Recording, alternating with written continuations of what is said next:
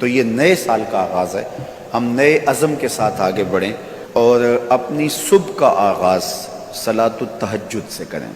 تہجد کے لمحے اللہ کی رحمتوں کے نزول کے خاص لمحے ہوتے ہیں۔ میرے بزرگ فرمایا کرتے تھے کہ باطن کی صحت کے لیے تہجد کی نماز بہت ضروری ہے اور جسم کی صحت کے لیے صبح کی سیر بڑی ضروری ہے۔ تو یہ دو چیزیں جو ہے وہ بہت ضروری ہے۔ تو بالخصوص یہ بچے جو ہیں، جب اس عمر میں یہ ان کی عادت پختہ ہو جائے گی تو یہ زندگی کی آخری سانس تک باقی رہے گی۔ میرے بزرگ فرمایا کرتے تھے کہ مجھے تہجد کا عادی میری ماں نے بنایا ہے۔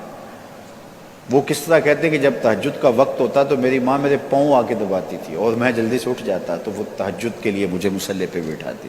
اس کے بعد نماز فجر ادا کیجئے اور سورۃ یاسین جو شخص اپنے دن کا آغاز سورہ یاسین سے کرتا ہے، سارا دن اس کی حفاظت ہوتی ہے، شیاطین سے، شریروں سے، شر سے، گناہوں سے اور بہت سارے معاملات سے اور نادیدہ حملوں سے، بہت کچھ چیزوں سے اللہ تعالیٰ اس کو محفوظ رکھتا ہے۔ تو سارے سورہ یاسین کی تلاوت اپنے معمولات میں شامل کر لیں۔ نماز فجر کی ادائیگی کے بعد آپ ہلکی پھلکی ورزش ضرور کیجئے۔ جو قوی مومن ہے، طاقتور مومن ہے، کمزور مومن کی نسبت اللہ کو زیادہ محبوب ہے۔ تو طاقتور مومن، قوی مومن، یہ مطلوب ہے شریعت کا اور یہ مقصود ہے شریعت کا۔ پھر سونے سے قبل سورۃ الملک ایک مرتبہ ضرور پڑھیے گا۔ جس طرح سورہ یاسین پڑھتے ہیں تو سارا دن آپ کی حفاظت رہتی ہے، اور سورہ ملک اگر پڑھتے ہیں تو ساری رات آپ کی حفاظت رہتی ہے۔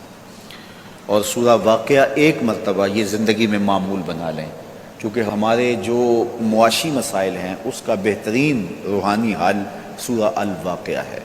سورہ الواقعہ کی تلاوت کرنے والا کبھی بھی کنگال نہیں رہتا۔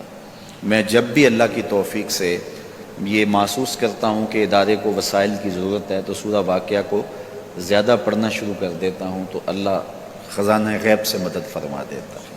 اور جب بھی کبھی میں چاہتا ہوں حرمین طیبین میں حاضری کے لیے تو سورہ واقعہ کی تلاوت میں لازمی کرتا ہوں، اس نیت سے کہ اللہ اس کی برکت سے، وہاں چونکہ ایک کا 1,00,000 کے بدلے میں جو ہے وہ ثواب ہے، تاکہ جو ہے وہ زیادہ سے زیادہ اللہ تعالیٰ وسائل عطا فرمائے۔ تو یہ ساری جو بہاریں آپ کو نظر آ رہی ہیں اس میں بہت سارا حصہ سورہ الواقعہ کا ہے۔ جس معاشرے میں ہم جی رہے ہیں یہ ناہموار معاشرہ ہے۔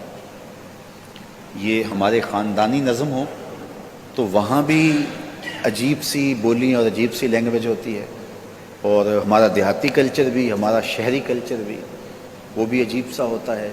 اسی طرح جو ہے وہ یہ ہمارے مدارس کی، مساجد کی دنیا بھی، یہ بھی ایک الگ کائنات ہوتی ہے۔